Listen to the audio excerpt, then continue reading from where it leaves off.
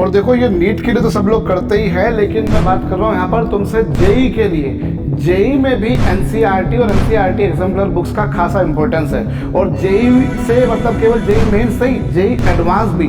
आप JEE advance में precisely chemistry में अगर बात करोगे तो आपको दिखेंगे ऐसे बहुत से क्वेश्चंस जेई एडवांस में जो एनसीईआरटी से या एनसीईआरटी एग्जाम्पलर से आए हैं। और एनसीईआरटी एग्जाम्पलर सिर्फ फिजिक्स, केमिस्ट्री, मैथ्स और बायोलॉजी की आती है। ऑब्वियसली 10th क्लास तक साइंस की आती है। तो ये जो साइंस वाले सब्जेक्ट्स हैं उन सब्जेक्ट्स की आती है। और गवर्नमेंट ने ये इंट्रोड्यूस ही इसलिए की थी जिससे कॉम्पिटिटिव एग्जाम की प्रिपरेशन में हेल्प हो। कॉम्पिटिटिव एग्जाम की प्रिपरेशन में हेल्प हो, उसीलिए एनसीईआरटी एग्जाम्पलर बुक्स लाई गई हैं। यूपीएससी के लिए भी अगर तुम बात करते हो तो एनसीईआरटी जो होती है वो बाइबल होती है। तुम इंडिया की किसी भी बड़ी से बड़ी कोचिंग पे चले जाओ, अगर तुम यूपीएससी की प्रिपरेशन कर रहे हो, तुम 12th करने के बाद गए हो या ग्रेजुएशन करने के बाद गए हो या पोस्ट ग्रेजुएशन करने के बाद गए हो, तुम्हें वो इतना बड़ा बुक्स का सेट थमा देते हैं। काय का? एनसीईआरटी का। Because NCERT has that weightage. उसी में से क्वेश्चंस आने हैं। वो बाइबल है एक तरह से अगर देखा जाए तो, उसी में से प्रश्न पूछने हैं। जो क्वेश्चन मेकिंग बॉडीज हैं वो actually they are following these books. जब हम लोगों ने स्कूल शुरू किया, पहले मैं कोचिंग पढ़ा था तो तुम लोगों को पता है 29 ईयर से मैं पढ़ा रहा हूँ। और जब मैंने स्कूल शुरू किया तो स्कूल शुरू करते समय मैं हमेशा पढ़ा करता था यार कि ना अखबारों में कि यार ये जो प्राइवेट स्कूल वाले होते हैं ये कमीशन खोरी करने के चक्कर में क्या करते हैं, प्राइवेट पब्लिकेशंस की महंगी महंगी बुक्स लगाते हैं। तो जो है वो एनसीईआरटी की बुक्स जबकि काफ़ी सस्ती हैं। तो मैंने तो भैया करा कि मेरे को तो कोई कमीशन वमीशन लेना नहीं है, तो मैं तो एनसीईआरटी की बुक्स लगवाऊंगा। और मेरे को अलग से कीड़ा भी एक, तो मैंने एनसीईआरटी छोड़ो, मैंने तो एनसीईआरटी एग्जाम्पलर की बुक्स भी लगवा दी। एनसीईआरटी एग्जाम्पलर क्योंकि भैया हमको तो तैयारी करवानी है आईआईटी के लिए, नीट के लिए, यूपीएससी के लिए, एनडीए के लिए, तो हमने तो वो वाली बुक्स भी लगवा दी एनसीईआरटी एग्जाम्पलर। अब जब हमने बुक्स लगवाई तो बच्चे बता रहे हैं बाजार में जब पेरेंट्स जाते, बोले आपने सर ये लिस्ट में कौन सी बुक लिख दी है, अवेलेबल ही नहीं हो रही किसी भी दुकान पर। मैं सर्च कर रहा हूँ मतलब तो नहीं दिख रही। मैंने कुछ दुकानों पर जाकर संपर्क किया कि यार भैया ये, तो बोला ठीक है हम बुलवाते हैं। इंदौर में पता करा अवेलेबल नहीं है, भोपाल में पता करा अवेलेबल नहीं है। हैरानी की बात तुम देखो ये दिल्ली में भी अवेलेबल नहीं है। बोले ये बुक्स मिल ही नहीं रही सर, बुक्स ये वाली एनसीईआरटी एग्जाम्पलर जो है ये मार्केट में अवेलेबल नहीं है। और फिर मुझे बाद में किसी ने बताया कि बोले आप सर ये बुक्स तो आपने लिखवा दी हैं, लेकिन पिछले 3 सालों से ये छापी ही नहीं है, किसी भी इंडिया के डिपो में अवेलेबल नहीं है। कहीं 30, 40, 50 बुक्स निकल जाए तो एक अलग बात है, लेकिन उससे काम आपका हो नहीं पाएगा। तो बोले ये जो है गवर्नमेंट ने छापी ही नहीं है। अब सोशल मीडिया पर जो सोशल मीडिया के शूरवीर बनते हैं वो तो आके बड़ी बड़ी बातें कर जाते हैं कि साहब जो है स्कूल वाले ऐसा कर रहे हैं, स्कूल वाले वैसा कर रहे हैं। अरे जिसका काम है इन बुक्स को अवेलेबल करवाना वो बुक्स ही नहीं अवेलेबल कराएगा। जब एनसीईआरटी इन बुक्स को छापेगा नहीं तो हम कहाँ से अवेलेबल कराएंगे।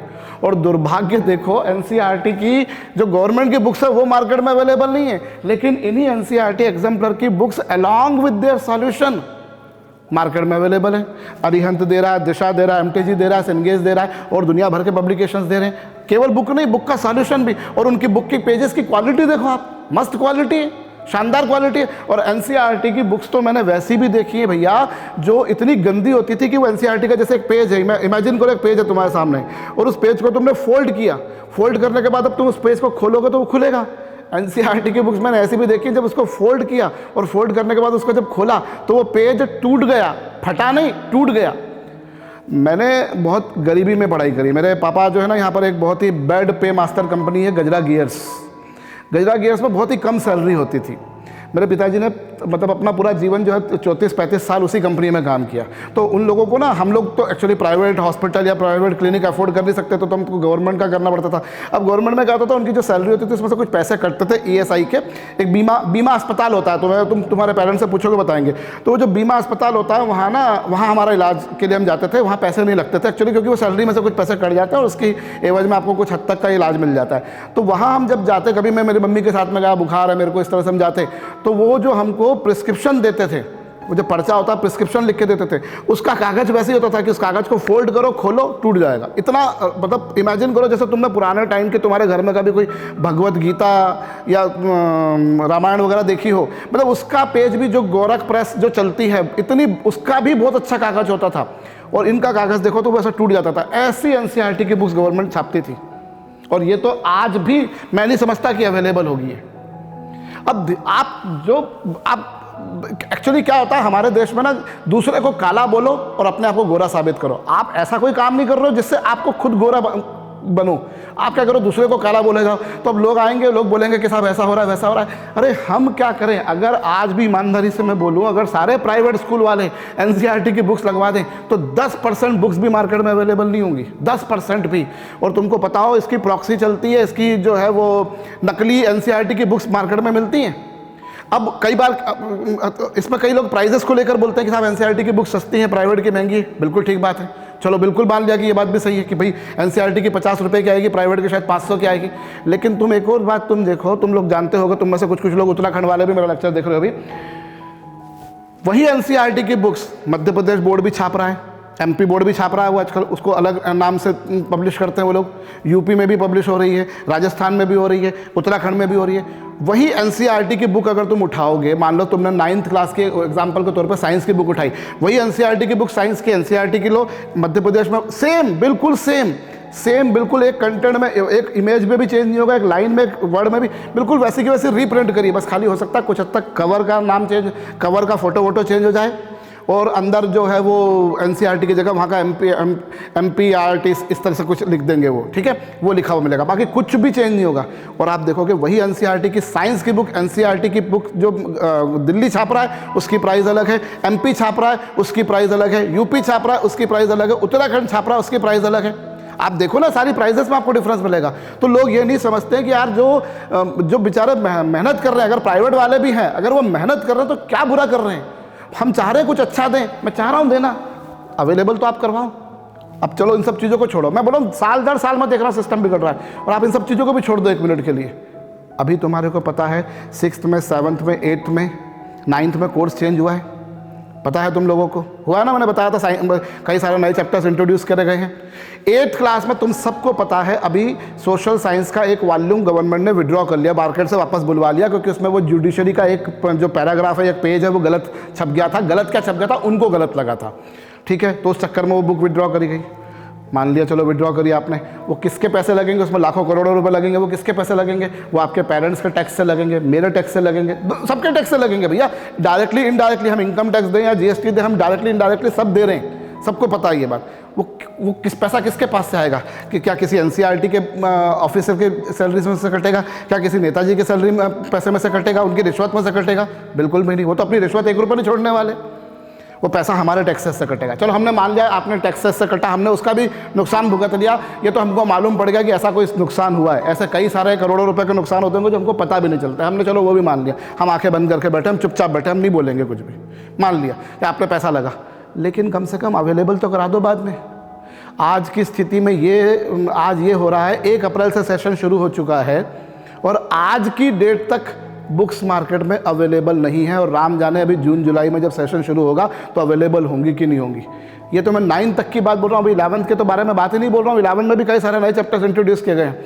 तो वहाँ जो दिल्ली में लोग जो बैठे हैं, या जो सो कॉल्ड बिल्कुल जो एकदम टाई वाई लगा कर बैठे हैं, सो कॉल्ड बिल्कुल राष्ट्र भक्त बन रहे हैं, राष्ट्र प्रेमी बन रहे हैं, सच्चे राष्ट्रवादी बन रहे हैं, वो सच्चे राष्ट्रवादियों को पता ही नहीं है कि एजुकेशन सिस्टम की वाट लग गई है। और वाट लगाने का काम कोई जनता जनार्दन नहीं कर रही है, बच्चे नहीं कर रहे, ये पेरेंट्स नहीं कर रहे। इन पेरेंट्स की कोई गलती नहीं है। अगर ये अपने बच्चों को अच्छी एजुकेशन देना चाह रहे हैं, हर पेरेंट चाहेगा कि यार मैं मेरे बच्चे को अच्छी एजुकेशन देना चाहूँ, क्यों नहीं चाहेगा? और वो क्यों किसी और पर डिपेंडेंट रहेगा? अरे मेरा काम मुझको करना चाहिए। अगर पेरेंट्स चाह रहे हैं कि मैं अच्छी जगह अपने बच्चे को भेजूँ, मैं ऐसा करूँ वैसा करूँ, तो हर पेरेंट का सपना होता है। वो भी तो नेता लोग भी तो जो हैं वो अपने बच्चों को दूसरी कंट्रीज़ में भेज रहे हैं, तो हमारे जो बाकी जो पेरेंट्स हैं वो उनकी अफोर्डेबिलिटी के हिसाब से वो जितना बेस्ट कर सकते हैं वो अपना बेस्ट करने की कोशिश कर रहे हैं, और वो करेंगे और हमेशा करेंगे। गवर्नमेंट भले खाने को नहीं दे भैया, मैं तो उनमें से हूँ। मैं जो है मतलब मैंने इतनी गरीबी में पढ़ाई करी है। कई लोग बोलते हैं ना, जैसे मैंने देखा एक वीडियो की जिसमें बोलते हैं टीचर कि यार हमारे पास में पेट्रोल डलवाने के पैसे नहीं थे, इतनी गरीबी में मैंने पढ़ाई करी है। या तुम्हारे पास तो पेट्रोल डलवाने के पैसे नहीं थे, मैंने तो वैसी पढ़ाई करी है जहाँ पर गाड़ी खरीदने के पैसे नहीं थे, गाड़ी भी नहीं आई थी हमारे यहाँ, साइकिल से चले हैं हम तो। साइकिल से 10वीं क्लास में मेरे पिताजी ने मुझे नई साइकिल दिलवाई थी। 10वीं क्लास में, 10वीं क्लास से पहले 9th क्लास तक मैं मेरे ताऊ जी की साइकिल से चलता था, और वो भी वो साइकिल जो उन्होंने चलाई थी। मतलब वो मेरे से मतलब एक जनरेशन का गैप तो उसके बाद आ चुका था, उसके बाद मैंने साइकिल चलाई है वो वाली। तो हम तो उस गरीबी में पढ़े, फिर भी मेरे पिताजी ने मुझे प्राइवेट स्कूल में पढ़ाया। मैं ये नहीं बोलूँगा कि मुझे सरकारी स्कूल में पढ़ाया। मेरे पापा से ज़्यादा सैलरी वाले कई सारे लोग होंगे मेरे दोस्तों में, लेकिन वो सरकारी स्कूल में पढ़ रहे थे क्योंकि उनके पेरेंट्स ने शायद पढ़ाई को उतना इंपॉर्टेंस नहीं दिया। मेरे पापा ने दिया कि यार हम गरीब हैं, गरीब मर जाएंगे, पर हमारा बच्चा थोड़ा सा अमीर हो जाए या थोड़ा कुछ ऐसा कर ले कि अच्छा नाम हो जाए। तो उन्होंने चाहा, भाई मेरे पिताजी भी मुझे गवर्नमेंट स्कूल में पढ़ा सकते थे, वहाँ पैसे और बच जाते, लेकिन ultimately end of the day क्या चाहिए था उनको, और मेरे बच्चे की पढ़ाई अच्छी हो। तो जितनी बेस्ट से बेस्ट दे सकते थे, भाई वो इंग्लिश मीडियम में नहीं पढ़ा पाए, वो कॉन्वेंट मिशनरी स्कूल में नहीं पढ़ा पाए, हिंदी मीडियम में पढ़ा देंगे, बट एटलीस्ट कम से कम सम्मानजनक काम तो हो जाए। तो वैसे हमने पढ़ाई करी। तो ऐसे कई सारे पेरेंट्स सोचे, तो अगर पेरेंट्स सोच रहे तो क्या बुरा कर रहे हैं आप, उनको बोलो कि वैसा है या ऐसा है। साहब ये जिम्मेदारी आपकी है, आपको अवेलेबल करानी है। आप नहीं कराओगे तो फिर वो NCERT एग्जाम्पलर की प्राइवेट पब्लिकेशन की बुक्स मार्केट में मिलेंगी और वो लाई जाएंगी और पढ़ना पड़ेगा, क्योंकि हर बच्चे का सपना है कि उसको अच्छा बनना है, और कोई भी व्यक्ति उनको सपना देखने से और उनका सपना सच करने से नहीं रोक सकता। तो तुम सबकी जिम्मेदारी है कि खूब मेहनत करो, इतनी मेहनत करो, इतनी मेहनत करो, इतनी मेहनत करो कि भगवान को ऊपर से आना पड़े कि बेटा तू ये सक्सेस डिजर्व करता है और तू ये सक्सेस लेके रहेगा।